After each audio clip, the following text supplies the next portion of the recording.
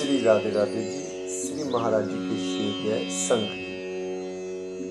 ब्रह्मा जी के पुत्र मरीचि जी, मरीचि जी के पुत्र कश्यप जी और कश्यप का पोता दंभ विष्णु भक्त था। उसने लाखों वर्ष तक कृष्ण मंत्र के द्वारा पुत्र प्राप्ति के लिए तप किया। तब विष्णु भगवान जी प्रकट हुए तो दंभ ने कहा, आप मुझे पुत्र दीजिए। पुत्र भी ऐसा वैसा नहीं, महान बलशाली हो और आपका भक्त हो, तीनों लोगों को जीतने वाला हो तथा देवता उसे हरा ना सके। भगवान विष्णु जी ने कहा, गोलोक में रहने वाले भगवान कृष्ण के सखा श्री धाम को श्री राधा रानी के कारण विदुलोक में जन्म लेना पड़ेगा। वो ही श्री धाम तुम्हारा पुत्र शंखचूड़ बनकर पैदा होगा और गोलोक में रहने वाली तुलसी भी शापित होकर राजा धर्मध्वज के घर पैदा हुए। तुम्हारे पुत्र शंखचूड़ इसी तुलसी के साथ विवाह करेंगे। कुछ समय पश्चात शंखचूड़ ने पुष्कर में तप किया। फिर ब्रह्मा जी ने उसे श्री कृष्ण का दिव्य कवच दिया जो सर्वत्र विजय दिलाने वाला। और साथ में ब्रह्मा जी ने ये भी कहा कि जब तक ये कवच तुम्हारे शरीर से स्पर्श करता रहेगा और तेरी पत्नी क्षतितव खंड रहेगी, विजय दिलाने वाला। और साथ में ब्रह्मा जी ने ये भी कहा कि जब तक ये कवच तुम्हारे शरीर से स्पर्श करता रहेगा और तेरी पत्नी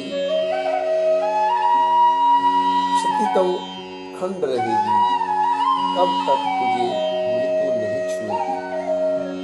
ब्रह्मा जी ने शंखचूड़ को आज्ञा दी कि आप बद्री वन जाओ, वहां धर्मध्वज की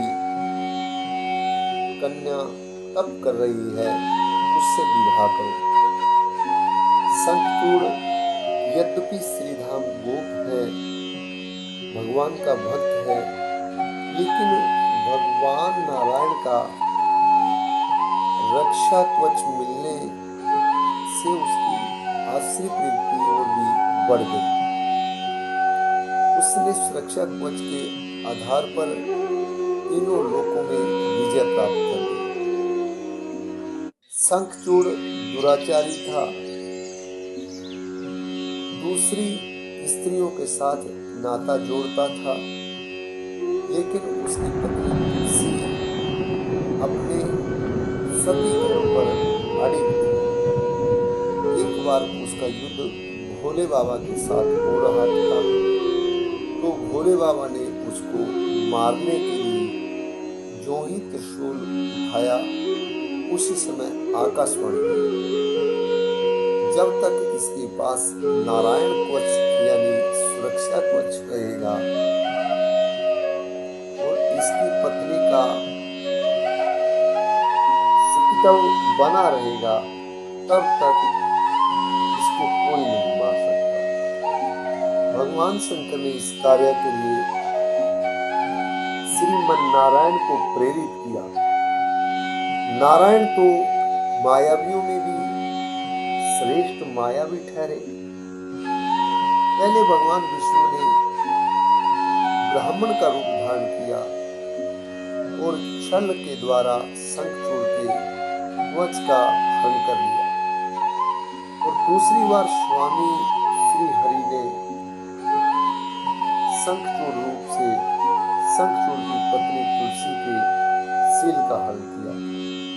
तुलसी का सील हरण होने के कारण और शंखचूड़ का वस्त्र हरण होने के कारण भोलेनाथ ने शंखचूड़ को मार गिराया और उसे श्राप मुक्त कर दिया और वो श्रीधाम सखा के रूप में अपने गोलोक धाम चला गया।